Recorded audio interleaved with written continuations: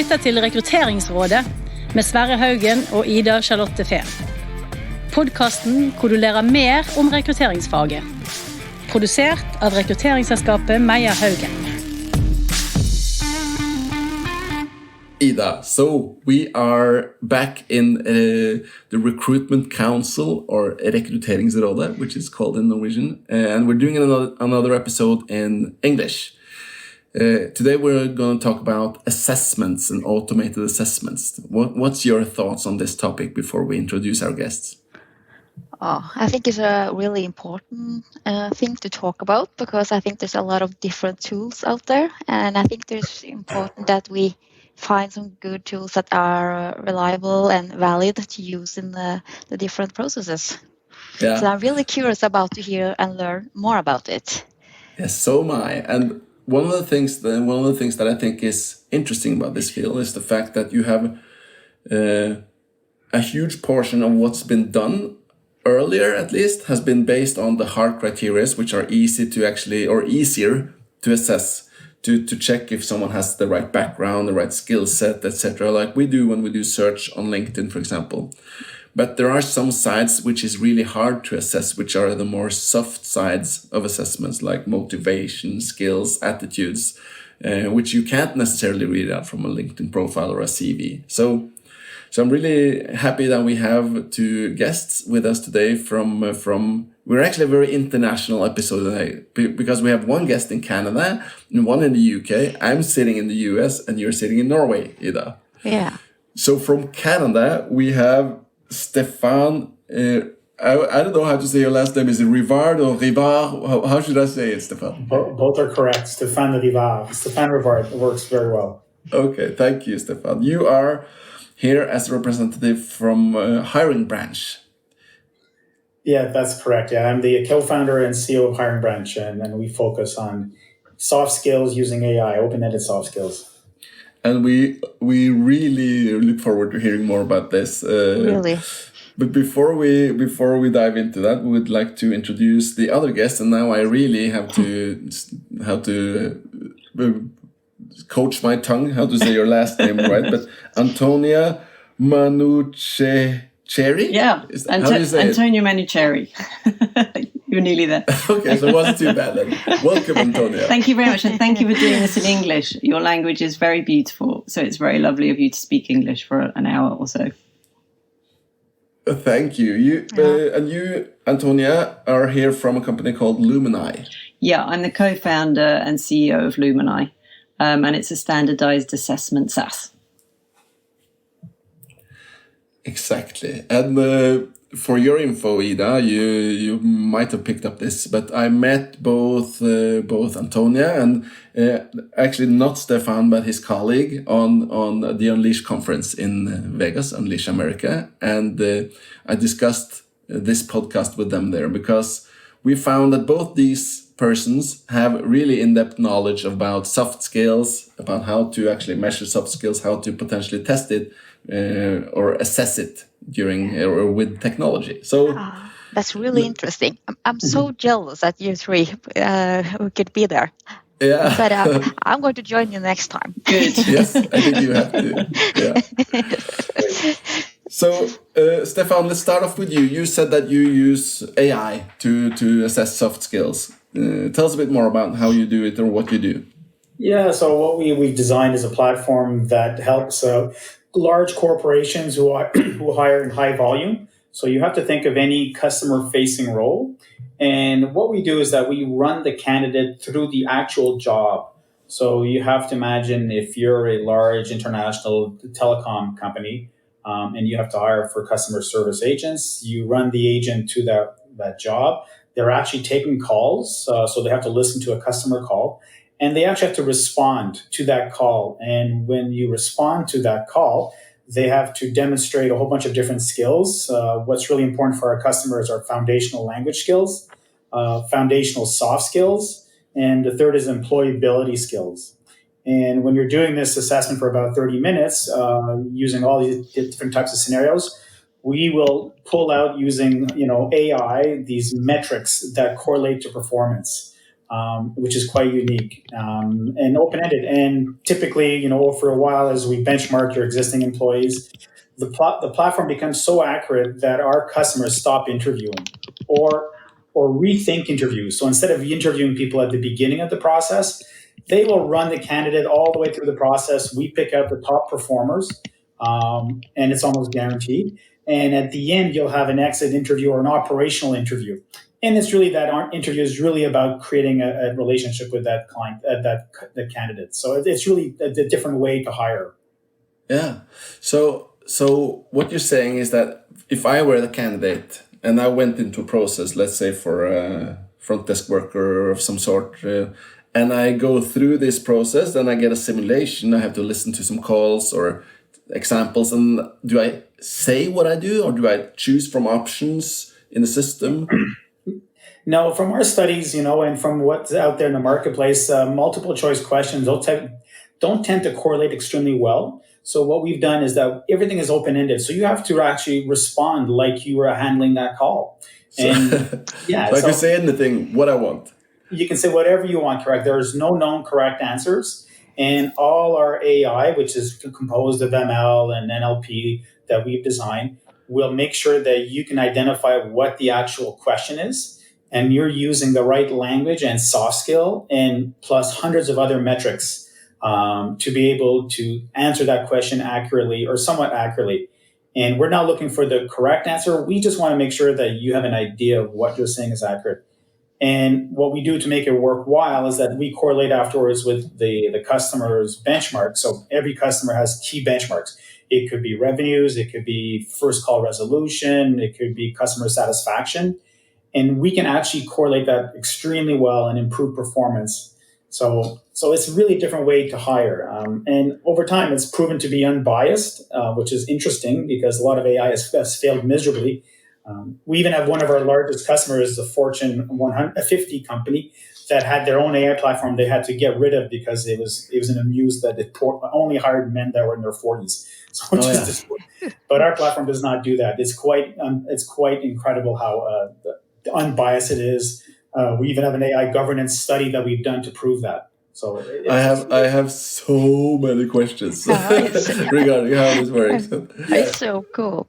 But before we go over to Antonia, you mentioned that you had like language skills, you had soft skills, and did you say hireability? Did I hear you right? Employability skills, correct? Employability, and is this a black box from the sort of the AI? Is like I do some stuff. You correlate this towards what the high performers have done, and then the AI understands? Or do you actually have categories? We know that within soft skills, you have these types of soft skills. Correct. Yeah, there's a whole bunch of different soft skills important. We know that empathy is an important skill when you're dealing with customer service. We know that building rapport is another one for sales. So it's not quite a black box, but how to express them is a little bit more nuanced, and we can pick out on those nuances. Okay, and this is probably a good bridge over to you, Antonia, because if I've understood you correctly, you have a passion for understanding how we can classify these soft skills. Yeah, absolutely. Can you say a little bit more? What's Lumenai? Okay, so essentially we're assessment specialists, academics, and looking more at the idea of how we bring expertise to this domain of assessing soft skills. I come from an arts and humanities background, so having worked in assessment and education for over 25 years, it's natural that there is a methodology around how you assess soft skills. And what we've done is essentially we've coded that into a piece of tech SAS. And what we do is, for instance, we have an employment readiness questionnaire. We code this into a questionnaire, and we take standards in employment readiness. So that could be government standards, it could be organizational standards, and we apply our soft skill measurements to that. So we end up producing a questionnaire where you're essentially measuring how someone can identify the effective behavioral decision making in a range of business contexts. So in this context, in employment readiness, how do you need to behave in different contexts? And you assign yourself an answer to that, and that gives you an output. It sounds a bit like you're addressing the same thing, but from different angles. Am I right with this, or what do you think, Stephane? Yeah, I think so. Yeah, and we're addressing probably different parts of the problem. We're really focused on specific, the soft skills, as we call it, our framework people skills that focus on client-facing roles. The different, that's really what compared to, I think you're more general and you have the different skills that you're evaluating on time. But I think what we're looking at is what are the standards? I mean, coming from an educational academic, this idea of rigor. What is assessment and how does it bring rigor to what you're trying to find out? What are you measuring? And so from our perspective in Lumenai, there's a huge amount of content out there that people don't want to touch. It's a government set of standards. It's, academia around what soft skills are. So essentially what we are is like a sort of a voracious brain that finds all of that information and makes it into accessible, easy to take questionnaires. So you can see very, very quickly through the standardized assessment framework how people think about soft skills, how people would behave in different contexts. So essentially that accelerates your recruiting process massively, which is similar to what you do, Stephane, in terms of you're looking at how people perform themselves in language, which is very much what you're doing. So this has the AI follows on from this. But our argument is until you're bringing rigor to how you measure, how you create the standard around the measurement, then what is the value that you're creating from that? So there's a big drive to remove unconscious bias in recruitment. But if we're not if the ingoing measurement is not standardized, how are we removing that unconscious bias? Actually, we're accelerating it or we're reinforcing it. So there's a lot of buzzwords in this space. So I'm not going to continue too much now because we can draw this out. But really what we're saying is we are assessment specialists and academics, and we know how to do this. And we want to share that knowledge with everyone. So all of these processes that are already in existence can be augmented so people can do it better, because actually the end result is better for everyone. So Ida, you're sitting in this these types of problems every day, doing executive search and interviews and recruitment, and we know that Stephane is going out in an interview now in half an hour or something. So, but what would you say, Ida, is the sort of the toughest things to evaluate from a distance when it comes to soft skills? Oh, that's a really good question. But I think that if you dive into the factors around different motivations and the cultural interest and what kind of environment a candidate would like to work in. That's hard questions to find out without talking to them. And if you read about theory about recruitment processes, about who you should be able to choose the right person, motivation, and that kind of skills are really important due to a good performance. If you can say that general intelligence, yes, if you have that, that's good. But if you don't have motivation, what then? So that's a very valid point. So are we there yet, Antonia? Do we have can we classify motivation yet? I think that's a really great question and great for us because that's what we've done. It's because we're such geeks, we've just literally sat down with the academia of what these skills are. And I think that for me, that's an incredibly joyful thing to really dive into. What is communication? What is critical thinking? What are all of these buzzwords that people are using to tag themselves and build ontologies with? And it's as if the prior assumption hasn't been evaluated. It's like, what is this skill? We're just sort of assuming we understand what these skills are, but we haven't been rigorous about really dissecting what those skills are and then coding that into scenario-based questionnaires, because essentially you're not a good critical thinker. You may be a good critical thinker in a certain context, and you may be a bad critical thinker in another. And then learning and development helps you become better in the context where you're not so good at it, because you understand what is expected of you because it's a context-based environment, i.e. I don't have the understanding of my environment to perform in the way that I need to perform or behave in the way or use this soft skill. So really what we're bringing to this market, it's obvious that you have a passion about this, but I think I didn't quite get the answer for the question. Have you started dissecting the motivation part of it to try to classify motivation? Well, what we've done is we've built an assessment methodology around what motivation is, or I would reframe that as behavior. Behavior, how you behave, demonstrates your motivation. So, okay, that's a good point. That's actually one of the tips, I've written a book for job seekers, job applicants, how to communicate as a job applicant. And one of the hard things is to prove motivation. And the best way of proving motivation is showing it through previous behavior. That's one way of proving it. So how about you, Stephane? Is motivation a part of the things that you evaluate in your tool? It's not directly, but indirectly, yes. Our when you think about our assessments, the way we run the candidate through these jobs, when you have to talk to customers for 30 to 45 minutes through our platform, it's not easy. And we see, and we've surveyed these candidates that drop off, which is not a huge amount, but we do see about 15% of those drop off. And when we survey those candidates, we found out that their desire or motivation to do this kind of work completely evaporates. They understand that, having a customer that is complaining about the deal they're not getting, but their friend has gone, is not easy. Or positioning a product. We have a candidate that we hired who's great in customer service. And I said, well, why don't you work with me in doing sales? And we ran him through our sales scenario, and he failed. And we asked him afterwards, says, I can't position a product. I'm uncomfortable at selling products. So these are different, very nuanced soft skills. And the motivation in the assessments was very clear. So it's an interesting way to measure it. Yeah, that's very interesting. Motivation is inherent in how someone goes about engaging with an assessment. In a way, motivation is inherent in that person's demeanor of how they do things.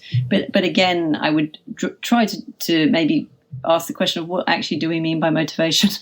Like, what is it? How can you talk about it as a general term, or can you talk about it in a context? I'm motivated today. I'm not motivated tomorrow. Does that make me a motivated person? So I think it's about really drawing out this question, constantly questioning, what do we mean by this? Why I've made this assumption. What do I want to find out about that assumption? What do I have at my fingertips that help me understand that? So if I'm saying this person's motivated, is that a real question of this person? And how do I find that? How do I find the answer to that?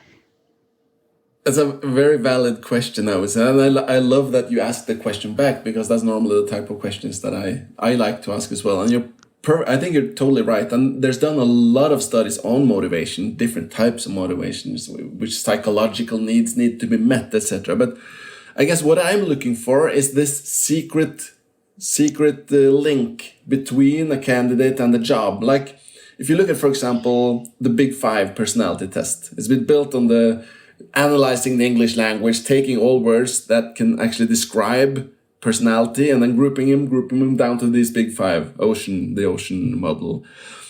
Why can't we do something like that when it comes to fitting jobs to candidates? Finding some secret, why is it so hard? I normally think it's because you normally use one assessment, and what you're not doing is using a number of agile assessments, so you can get a 360 view of what this person is and how you might imagine they perform in this role. This idea of doing something two-dimensional in relation to their three-dimensional job or their life doing this work is almost like it's falling short of the data that you need to be able to do what you're asking. And I suppose that's my interest in this space, is how are we really thinking about the measurements that we are asking for or, recording, so we can start entering into the domain that you're talking about, how we can crack that code, essentially. Yeah. I think how we've approached it is that we're really job specific. So, I agree with you when you're looking for higher up or executive search. This is much different challenge than trying to use an automated platform to find the good fit. Even for us, when we're hiring for C-suite, we don't use our AI platform. But I think for entry-level jobs, it's really, it gives you a really good look because you have the employability skills. You know exactly what the skills are, and you can measure job fit. So I think it works well in that context. But moving up the chain, it will work as well. Probably a good point. But let me ask the two of you, because you're using some words which aren't that often used in the Norwegian market. You call it employability, Stephane. And then, Antonia, you had something you called an employment readiness. Was that what you called it? I took your test on you got 100%. Luckily, that was lucky. Lucky for everyone. Yeah, but what is this? Said in common normal words to make it easy. What is employability? In normal words, readiness? What are the skills and the behaviours that you need to succeed in getting a job, let's say? And so the English government have a huge amount of standards around how you make someone employment ready, i.e. what's the value of education and how do you translate that into getting a job? So these are standards. So this is actually a measurement for, like I mentioned, I've written this book about how to communicate as a job applicant. Yeah. This is a measure to see if you've understood that part. Absolutely right, yeah. Is that the same as employability, Stephane, or is that something else? Yeah, employability is the same thing. Can you pay attention to detail? Are you employable? Can you understand what the customer says? Can you articulate a clear and concise answer? Can you, whatever the customer say, can you relate that into a computer? Like when you're calling in for a service, you hate repeating yourself. Employability, so employability is all around those skills that make you a good fit for the job. So this is slightly different from the employment readiness that Antonia has, because employability is more, can I employ you? Exactly. Yeah. What's the difference between that and soft skills in your model? Well, it's employability. They overlap without a doubt. Active listening is both an employability skill, but it's also a soft skill. Paying attention to a customer's demand, but then transcribing that then becomes into an employability skill. So there's not a lot of overlap. And I think what makes our platform unique is that all this is evaluated in one platform. Instead of, traditionally they would use a psychometric behavioral cognitive assessment. Our customers use a language assessment and do an interview. All of a sudden, we're evaluating all those skills in 30 to 45 minutes go, and we're doing it accurately because we can go into great depth of these questions in a standardized way, especially if you know what kind of skills you need to make this job successful. Yeah. Also, I think this is really interesting because if you think about the perspective that we have in our conversations or interviews with the candidates for the first time, we often try to find out this match, to talk about the performance part with them. If you like this and that, we think you will do an excellent job or be happy with this job in the future. So we are trying to talk to them and see it from their perspective, so we could make a good job match for them. Yeah, and I think this is probably also a good bridge into candidate experience, because me and Ida, we had this other podcast episode, the previous one we recorded. We had an expert on generations, talking about Gen Z and the coming Alpha generation, which is the next one who hasn't started working yet. And some of the changes and differences between different age cultures, if we call it that. And her theory, this expert, was that probably the coming generations, which are more and more, will be more acceptable. It's more acceptable to be evaluated by a machine. But then again, they also want more personalized feedback. So how about the candidate experience? How do we handle that? I think that's a great question. When we deploy these systems, the main concern of the recruiters is having less candidates, because as we know, as we add steps in the recruitment process, we get more candidate drop off. And the ironic thing is that the opposite happens. We have more people doing our assessments than we're submitting CVs. And from a lot of the research I've done in the marketplace, it seems that candidates like to get a fair shake at the job, or having an unbiased opportunity to really get the job. And when you're giving a skills-based assessment, it's not based on who you are, where you're from, what your background is. It's really based on your skills. And this is what we're hearing over and over again. So all our customers have more candidates than they used to, which is really speaks to these new generations that are used to interacting with technology. They feel more at ease interacting with technology, which is not good news for society, but it's great news for AI platforms. What's your perspective on this, Antonia? I would slightly flip the model of the data and the candidate experience of, I think, am I allowed to mention other startups? There's a great startup called CV Wallet who is doing a great model around aggregating assessment. What did you call them? It's CV Wallet. It's a very early stage startup. Okay. And his actual live experience was his daughter was applying for jobs and having to fill out 1 million assessments that she never saw the results of, she never got the data from.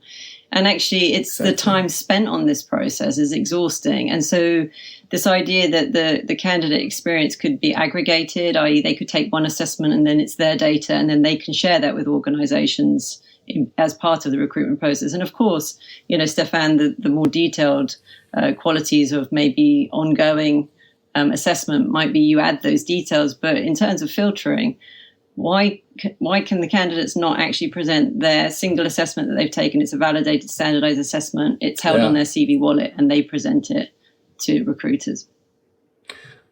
And I think it's a good point. We do offer candidate feedback, so they do get feedback if the client allows it. So that's already client. But we do have projects to have this kind of credentials that they can share around. I'm certified soft skills, like they have in languages. You have the CFR rating in languages. We're working on something the equivalent in a soft skills framework, that you can have your framework. I'm a great listener, and I can prove to be fluent in speaking with customers. Demonstrate part of our framework. But what's interesting about that is that we take qualifications in hard skills or your PhD, we can put that on our CV because it's a standardized measurement. Everyone knows what that is. So once we create the standardized measurement around soft skills, people skills, behavioral skills, whatever we're calling them, then these things can come into your CVs too, because it becomes a validated aspect of what you're doing. So the candidate experiences, can you hurry up, please? And standardize these measurements. So I stopped filling in all of these forms. So I stopped assigning myself all of these values within the soft skills. I was just on GradHub the other day. We're looking for an intern. It's an absolutely great platform. But it's like, I am this, I am that, I'm good at this. And it's like, I'm watching intently the video of like, can I validate that through what they say about themselves and how they're performing? So it's accelerating this whole process by standardizing it. If we standardize it, it will be like your national qualifications. Your soft skills will be the same. And it will be like, oh, we just put them on our CV. I know what that means. We all know what that means. It's a common language. It's a common framework of understanding. And it won't be this kind of amorphous, weird, nobody really knows what it is space anymore. In Norway, at least, we have this, I kept thinking when you mentioned it, Antonia, we have this place where you can gather the grades, the academic results, like a portal, and you go in there and you have the validated academic results from all students. So that's a step in the right direction, I guess. But what you're talking about is more like standardizing this for across companies and businesses. Yes. One of the problems, I guess, is that very much of the tech that's been developed has been developed for the likes of us or the employer, and not necessarily for the candidates. I think the marketplace is changing. I do. And also, as you say, the demand from the younger generations, they'll be demanding it. They're demanding all the, the benefits that come with this as well. So it will have to change if it isn't already changing. Yeah, we're seeing that. We work with customers in India and the Philippines and all over Southeast Asia, and where the near hires far outnumber the hires in terms of skill qualifications. And we're helping them. We have a training platform to address those skill gaps. And I think that's a really important part of the puzzle. Doesn't mean you're not hired, that you can't get a job in 3 to 6 months. And these companies we work with are very highly desirable to work with. So these employees or the candidates are extremely motivated to improve their skills and upskill. Very much so in Asia. Like we were seeing that in North America, we're just starting to, but at the moment, that's what was happening. So before we go over to the standard questions that we end this podcast with, I would like to ask you one last question. So first with you, Stephane, obviously for those who's listening that does volume recruitment for sales or the things you said, obviously your tool is potentially something that they should evaluate. But if you look at the job you do as an executive search recruiter or an in-house recruiter in talent acquisition, what do you think we can take away or learn from your tool without necessarily adapting the tool? Oh my God. So Kevin Wheeler probably said it best, what we have learned that people who qualify for jobs based on their education or experience alone are not necessarily good performers. So sometimes an impartial tool that evaluates those skills will probably do a better job. So I think that's what to take, finding some kind that you have unbiased way to evaluate those candidates. Like behavioral something that really helped you. Whereas, there are lots of people out there that evaluate. I think assessments are a better gauge of the candidate's potential than an actual interview. He goes on to say that interviews are maybe now obsolete. So, some people say. So, how about you, Antonia? What do you think we as headhunters or talent acquisition specialists could learn from what you've learned in your work? I think it's about learning to ask the right question, but not just of the candidate, but of yourself.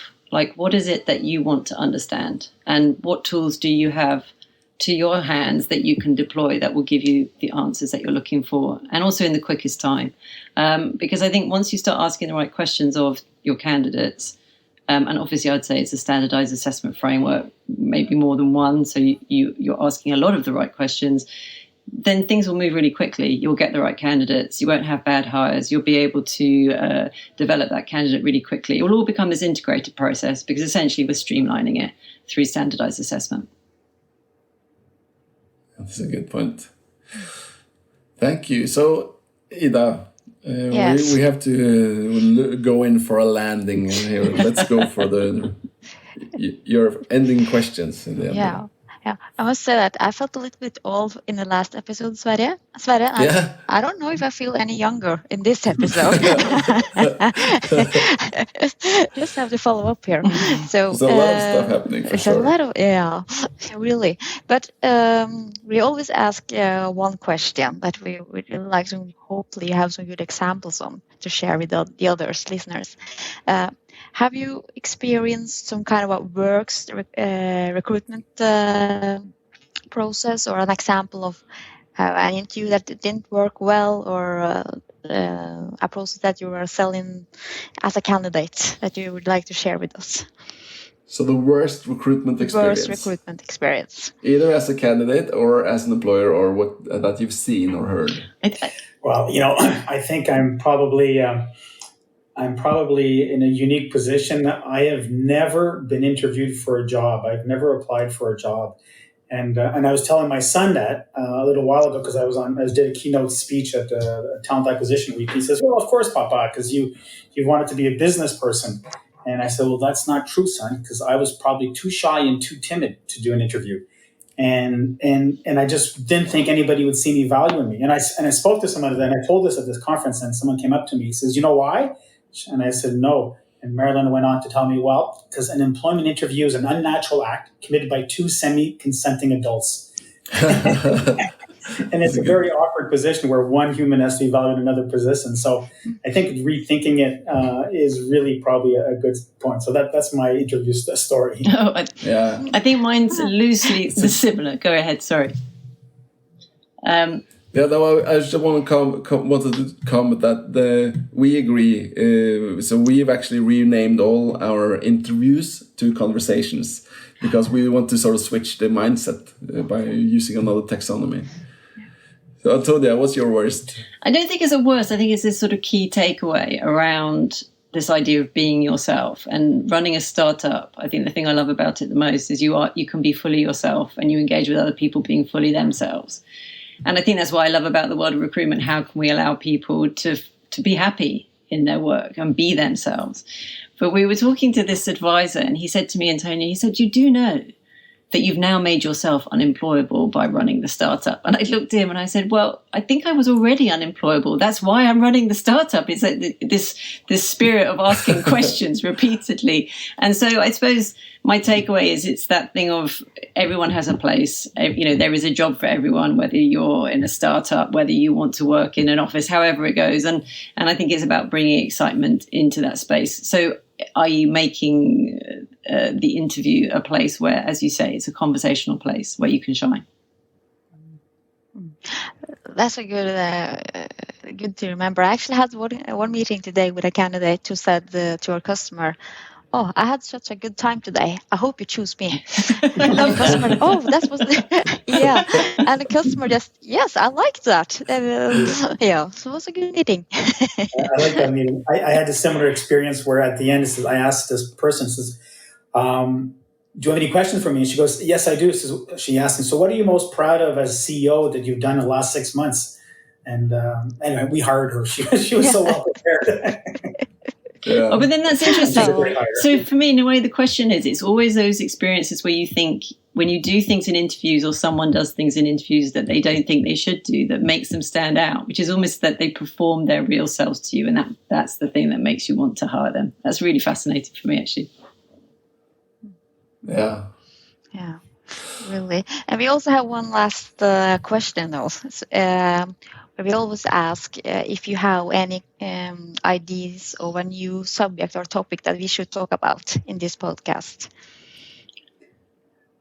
Yeah, how private generative AI can really augment the candidate experience and the interview process. Could you explain what do you mean by augment? Because I'm not that good in English.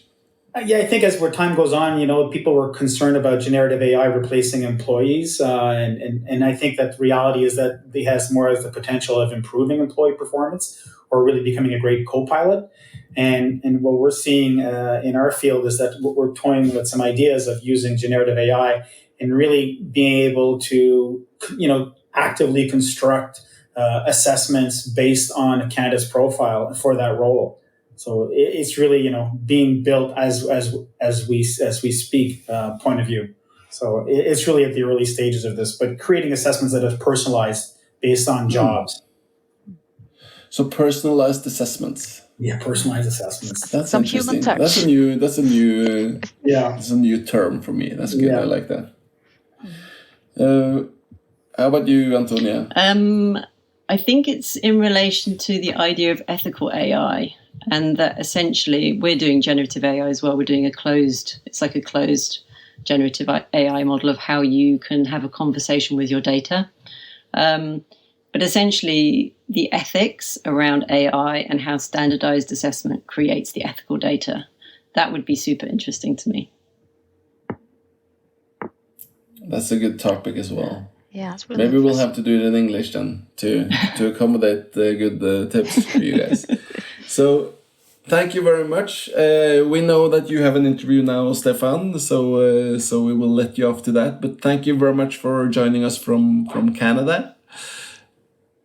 Thank you very much. It was great to be here and meet all of you and discuss, where AI is going to take us in the hiring process. Yeah, it's probably a conversation we could have had a much longer conversation on this. Yeah. Thank you also from Great Britain, the United Kingdom's Antonia. Thank you. Thank you so much for your time. It was really interesting and valuable, and really appreciate you speaking in English as well. Nice to meet you. Very nice to meet you too. Bonne journée, merci. Yeah. Have a good night. Bye. Take care. Bye.